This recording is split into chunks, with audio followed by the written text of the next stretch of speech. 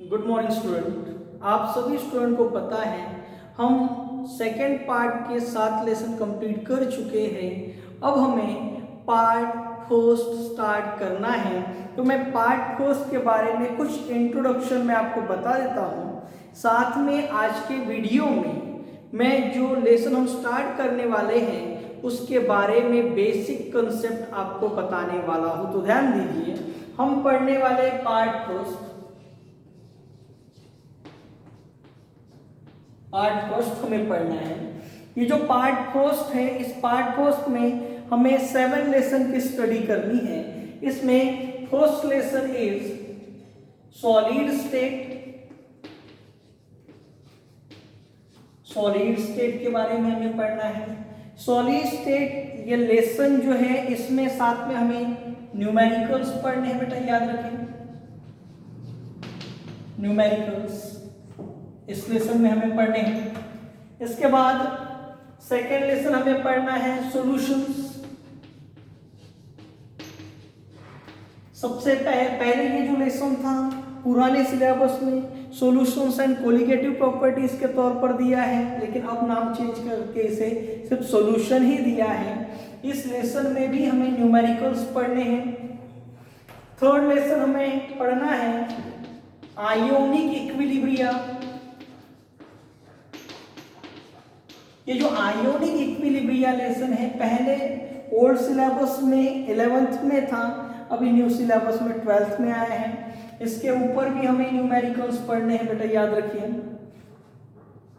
Fourth period हमें पढ़ना है केमिकल थर्मोडायनामिक्स।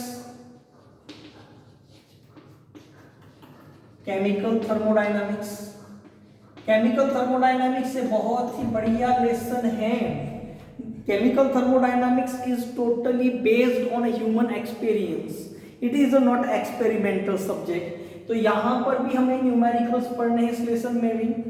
फिर फिफ्थ लेसन हमें पढ़ना है इलेक्ट्रोकेमिस्ट्री।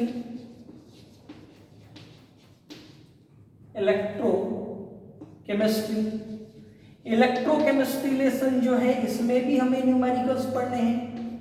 इस लेसन में भी न्यूमेरिकल्स आएंगे। इसके बाद 6th लेसन हमें दिया है केमिकल काइनेटिक्स हमें दिया है। केमिकल काइनेटिक्स में भी हमें न्यूमेरिकल्स पढ़ने हैं। फिर जैसे लेसन मैं आपको बताऊंगा वैसे उनका इंट्रोडक्शन मैं बताते जाऊंगा। उसके बाद 7th लेसन है एलिमेंट्स ऑफ ग्रुप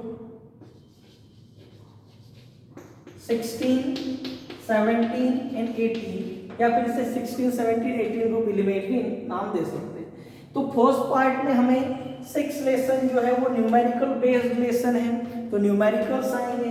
ये पहले पुराने सिलेबस में टी ब्लॉक करके लेसन था, लेकिन इसके लेंथ, इसकी विड्थ को कम किया है और बन गया है एलिमेंट्स ऑफ ग्रुप 16, 17 एंड 18। 15 वाला रिमूव किया है।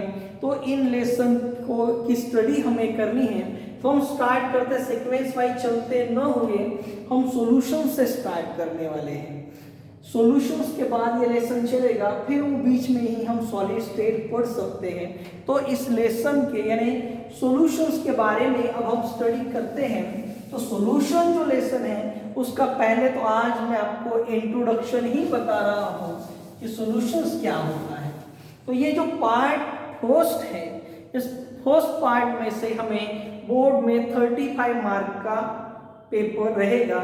टोटल मिला के 70 होता है पार्ट 1 और पार्ट 2, लेकिन पार्ट 1 और पार्ट 2 के अलग अलग क्वेश्चंस नहीं पूछे जाएंगे, वो पूरा कॉम्बिनेशन होके बनता है केमिस्ट्री। तो यहाँ पर हम लेसन स्टार्ट करने वाले हैं बेटा सॉल्यूशन। Second lesson solution.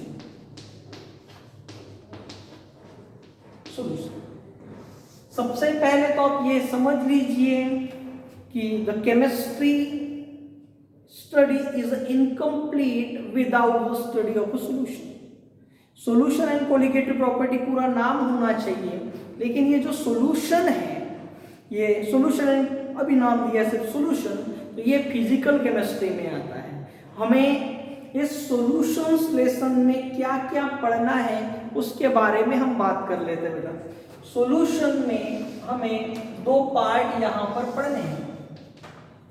एक सबसे पहले तो सॉल्यूशंस के बारे में ही रहेगा और दूसरा कोलिगेटिव प्रॉपर्टीज।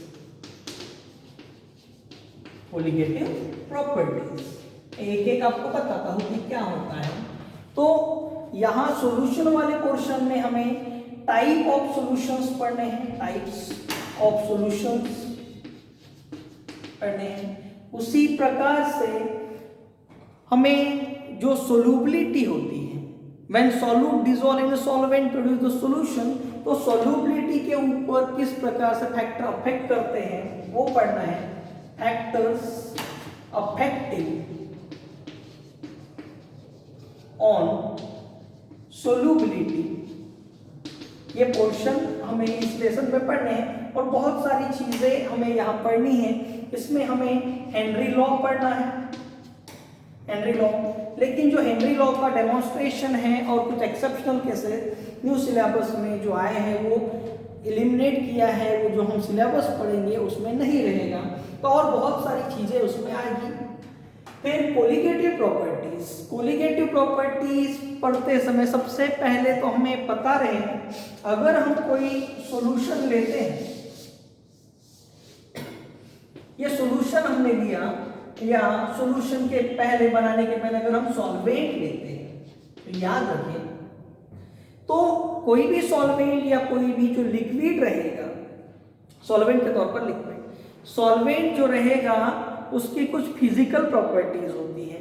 तो फिजिकल प्रॉपर्टीज में जैसे आ गया वेपर प्रेशर, वेपर प्रेशर ये फिजिकल प्रॉपर्टीज में आएगा लिक्विड के। उसी प्रकार से boiling point, boiling point, freezing point, freezing point, the osmotic pressure, osmotic pressure, these are certain physical properties of liquid। अब ये किसी भी लिक्विड की physical properties arises due to intermolecular force of attraction among the molecule। जो liquid के molecules होते हैं, in liquid के मॉलिक्यूल्स के बीच में एग्जिस्ट होने वाला इंटरमॉलिक्यूलर फोर्स ऑफ अट्रैक्शन के बेसिस पर ये फिजिकल प्रॉपर्टीज होती है। लेकिन इन फिजिकल प्रॉपर्टीज जो लिक्विड है, जो सॉल्वेंट, सॉल्वेंट के तौर पर लिक्विड है, जो सॉल्वेंट है उसकी फिजिकल प्रॉपर्टी वेरी हो सकती है when we add certain amount of substance. जैसे हम इसमें सॉल्यूट ऐड कर देते हैं उसकी कुछ फिजिकल प्रॉपर्टी जो है वो चेंज हो जाएगी और वो चेंज होने वाली फिजिकल प्रॉपर्टीज को नाम दिया है कोलिगेटिव प्रॉपर्टीज। तो कोलिगेटिव प्रॉपर्टीज में हमें चार कोलिगेटिव प्रॉपर्टीज पढ़नी बेटा। एक है lowering, lowering vapour pressure, vapour pressure के बेसिस पे आया है लोअरिंग वेपर प्रेशर। फिर हमें बॉइलिंग पॉइंट लेके elevation, elevation in boiling point हमें पढ़ना है, सेकेंड कोलिगेटिव प्रॉपर्टीज। फिर हमें पढ़ना है फ्रीजिंग पॉइंट लेके depression, depression in freezing point, ये हमें पढ़ना है। और डी है ऑस्मोटिक प्रेशर, ऑस्मोटिक प्रेशर। इस प्रकार से हमें ये फिजिकल, ये कोलिगेटिव प्रॉपर्टीज पढ़े। वैसे लेसन में बहुत सारा कंटेंट है, लेकिन मैं अभी आपको सिर्फ क्या हमें पढ़ना है, सिर्फ बेसिक चीजें बता रहा हूँ, फिर इन्हें मैं एक्सप्लेन करते जाऊंगा। तो सॉल्यूशंस में सॉल्यूशन और कोलिगेटिव प्रॉपर्टीज के बारे में हमें इस लेसन में पढ़ना है। ये कोलिगेटिव प्रॉपर्टीज एकदम से आपको नहीं लगेगी, नया पोर्शन लगेगा, लेकिन जब हम डायरेक्टली उनके साथ डील करते हैं उस समय ये सभी चीजें हमारे लिए आसान होती है। मैं जितना बता रहा हूँ आप उतना ही फॉलो कीजिए। आपको ये लेसन पढ़ने के बाद आप जब रिवीजन करोगे तो आपको बहुत लॉन्ग लास्टिंग आपको जाएगा। अब हायर एजुकेशन में भी ये सॉल्यूशन एंड कोलिगेटिव प्रॉपर्टीज के ऊपर बहुत सारा पोर्शन दिया हुआ है। तो सबसे पहले हम समझ लेते हैं कि ये सॉल्यूशन क्या है। तो जैसे हमने यहाँ एक ग्लास में, कांच की ग्लास है तो दिखेगा आपको, ध्यान रखें, इस ग्लास में initially we take water, okay, और इस वाटर में अब हम ऐड कर देंगे शुगर। वाटर में हम ऐड करेंगे शुगर और उसे हम स्टर कर देंगे। स्टर करने के बाद ये बन जाएगा शुगर सॉल्यूशन, ये बन जाता है शुगर सॉल्यूशन। तो ये शुगर सॉल्यूशन में हम शुगर और वाटर को डिफरेंटली आइडेंटिफाई नहीं करते। तो सॉल्यूशंस क्या होते हैं? Solutions are homogeneous mixture of two or more component, okay.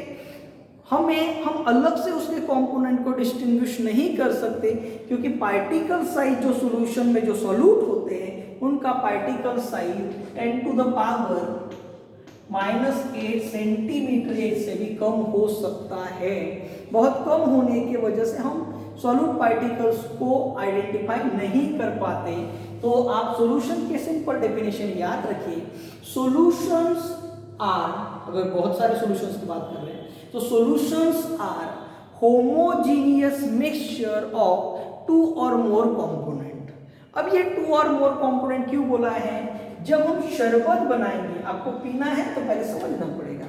हम शरबत जब बनाते हैं तो यहाँ पर एक ग्लास में हम इनिशियली टेक वाटर, हम इसमें वाटर ऐड करते हैं। तो वाटर ऐड करने पर शरबत नहीं बनेगा, तो उसमें हम ऐड करेंगे शुगर, हम उसमें ऐड करेंगे सॉल्ट, हम उसमें ऐड करेंगे लेमन जूस, लेमन जूस। तो यहां पर बन जाएगा शरबत, ये शरबत बन जाएगा। तो शरबत इज अ सॉल्यूशन। जब हम उसे स्टर करेंगे तो शुगर रहे, सॉल्ट रहे, इन्हें हम डिस्टिंग्विश नहीं कर पाते, क्योंकि पूरा का पूरा हमें एक ही दिखता है। तो याद रखिए बेटा, solutions are homogeneous which is a uniform through, जो पूरा का पूरा एक दिखे उसे होमोजीनियस कहते हैं। Solutions are homogeneous mixture of two or more component. यहाँ टू और मोर कंपोनेंट क्यों दिया है? तो यहाँ वाटर है, शुगर है, सॉल्ट है, लेमन जूस है और कुछ फ्लेवर के तौर पर आप यूज कर सकते हैं। Here are 4 component, here are 2 component. यानी कंपोनेंट एक से ज्यादा वैरी हो सकते हैं और साथ में उनका कंपोजिशन भी हम कम ज्यादा कर सकते हैं। इसमें शुगर और ज्यादा ऐड कर सकते हैं, सॉल्ट कम ऐड कर सकते हैं। तो इतना बताने पर सिर्फ आप याद रखें, what are the solutions? Solutions are homogeneous mixture of 2 or more component. Solutions are homogeneous mixture of 2 or more component. अब solution जो होते हैं, solutions के कुछ एग्जाम्पल, जैसे मैं शुगर सॉल्यूशन लिखा यहाँ बेटा, sugar solution is a combination of sugar and water.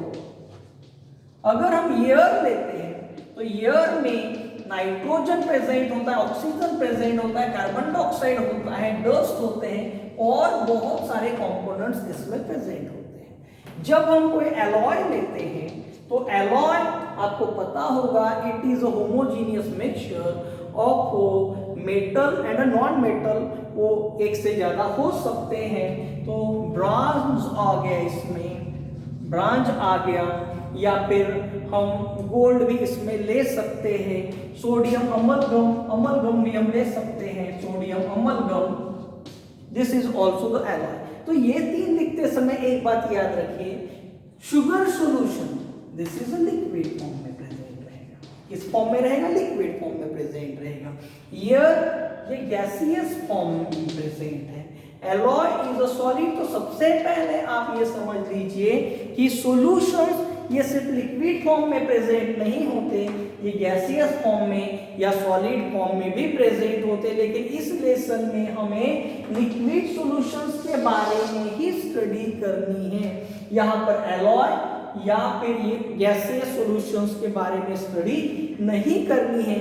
तो जब हम एलॉय भी लेते हैं तो एलॉय जब लेते हैं तो वो सॉलिड सॉल्यूशन है। तो सॉल्यूशन को याद रखिए, मैं फिर से डेफिनेशन बोल रहा हूं, solutions are homogeneous mixture of two or more component. जब दोनों कंपोनेंट या दो से ज्यादा कंपोनेंट मिक्स हो जाते हैं तो हम उन्हें डिस्टिंग्विशली आइडेंटिफाई नहीं कर सकते। अब ये जो सॉल्यूशंस होते हैं, सॉल्यूशन की डेफिनेशन आपको आ गई। Solution is composed by two component. Solution is composed by two component, one is a solute and other is a solvent, solute और solvent। अब जब हम शुगर सॉल्यूशन बना रहे हैं ना, हमने शुगर सॉल्यूशन बनाया, तो ये शुगर सॉल्यूशन किससे बना है? शुगर एंड वाटर, इनसे बना है। तो इसमें सॉल्यूट और सॉल्वेंट कैसे आइडेंटिफाई करें? तो ये शुगर सॉल्यूशन बनवाते समय कम अमाउंट में कौन प्रेजेंट है?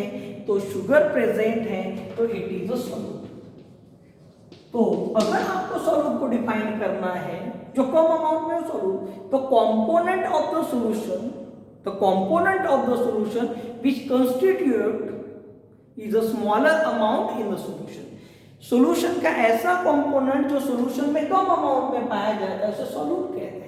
The component of the solution which constitute is a smaller amount in the solution called as a solvent. Solvent जो ज्यादा अमाउंट में प्रेजेंट होता है, the component of the solution whose constitute is a larger in the solution called as a solvent। तो इसमें आप याद रखिए कि sugar in sugar solution, sugar is a solute and water is a solvent. जिस student को नहीं समझेगा सिंपल याद रखिए बेटा कि सॉल्यूशन में जो कम अमाउंट में प्रेजेंट होता है उसे सॉल्यूट कहते हैं और जो ज्यादा अमाउंट में प्रेजेंट है उसे सॉल्वेंट कहते हैं। लेकिन अगर आपको डिफाइन करना है सॉल्यूट को, the component of the solution, solution का ऐसा घटक, the component of the solution which composition or which constitute is a smaller amount in the solution called as solute, और solvent को अगर हमें डिफाइन करना है, the component of the solution which constitute is a larger amount in the solution। ये definitions लिखने के बाद आपको एग्जांपल लिखना पड़ेगा। आप कोई भी एग्जांपल दे सकते हैं ना, sugar solution, sugar is a solute and water is a solvent. Solute जो रहते हैं वो जरूरी नहीं एक ही रहे, ये मोर देन वन भी प्रेजेंट हो सकता है। जैसे मैंने आपको शरबत बताया था, शरबत में सॉल्वेंट के तौर पर वाटर होता है लेकिन सॉल्यूट के तौर पर शुगर, सॉल्ट और लेमन जूस यानी more than one component present है। अब आपको पता है एक्वेटिक लाइफ पता है, aquatic life is sustained due to the presence of oxygen. यहाँ पर जैसे वाटर है, वाटर में ये एक्वेटिक लाइफ यानी फिशेस या अदर स्मॉल ऑर्गेनिज्म एग्जिस्ट करते हैं क्योंकि यहाँ पर प्रेजेंट होता है ऑक्सीजन।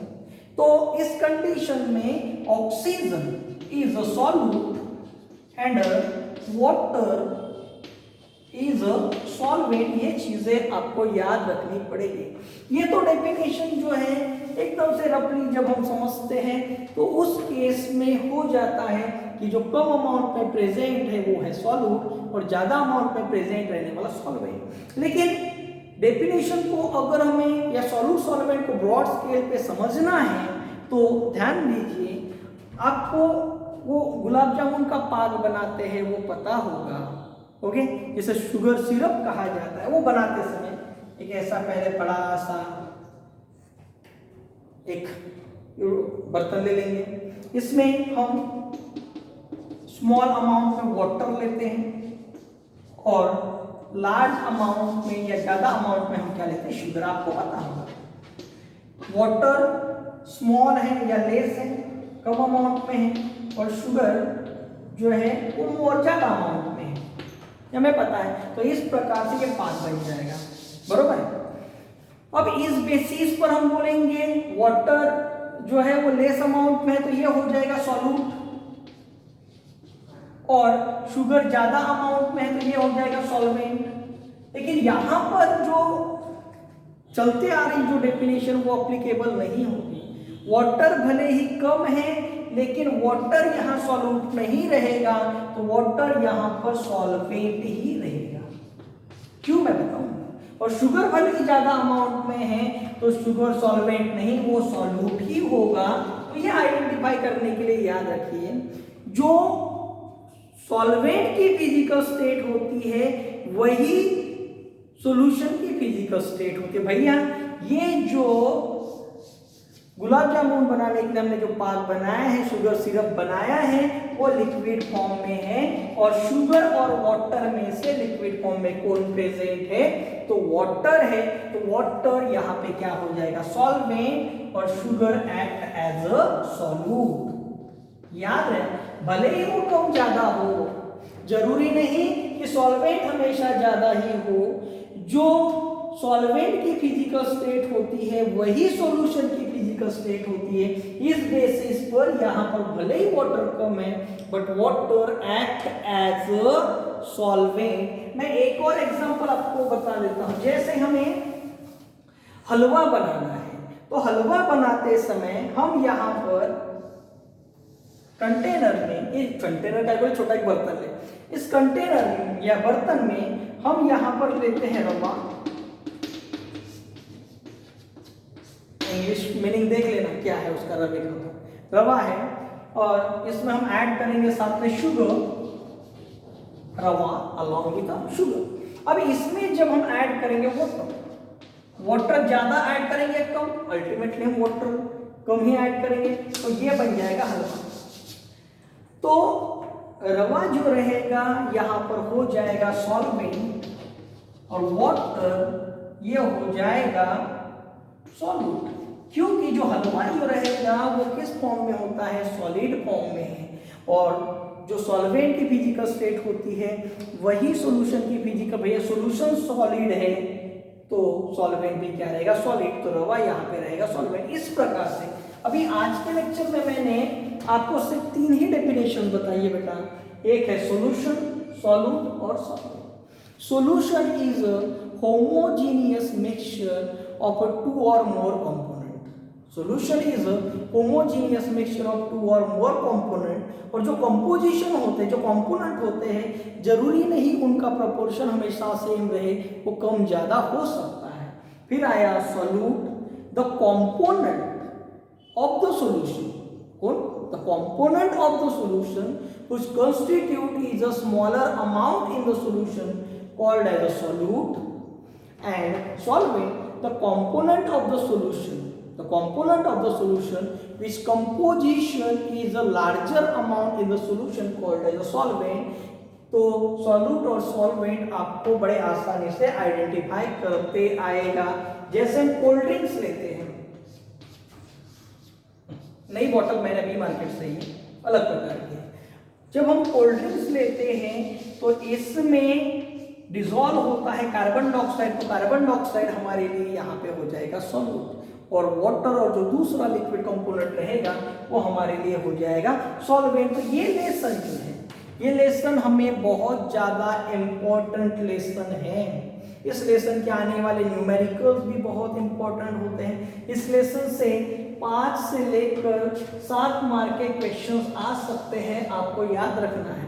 इस लेसन का हमें पहले इंट्रोडक्शन ही देखना पड़ेगा, फिर जो नए टर्म्स है वो हमें धीरे धीरे समझते जाएंगे तो लेसन हमें आसान जाएगा। तो आज मैंने कुछ ज़्यादा नहीं बताया है, आज सिर्फ सॉल्यूशंस क्या होते हैं, सॉल्यूशन अलग वो सॉलिड फॉर्म में होते हैं, वो लिक्विड या गैसेस फॉर्म में होते हैं, लेकिन हमें इस लेसन में सिर्फ लिक्विड सॉल्यूशंस ही पढ़ने हैं।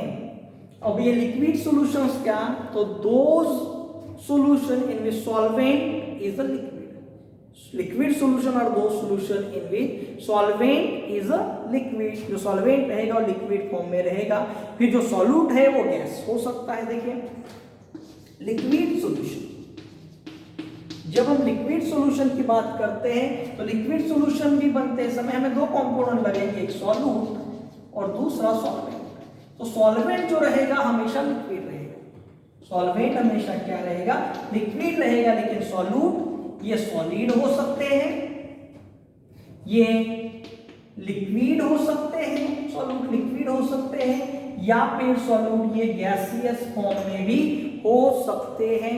तो कल हमें और अलग अलग प्रकार के सॉल्यूशंस के बारे में पढ़ना है।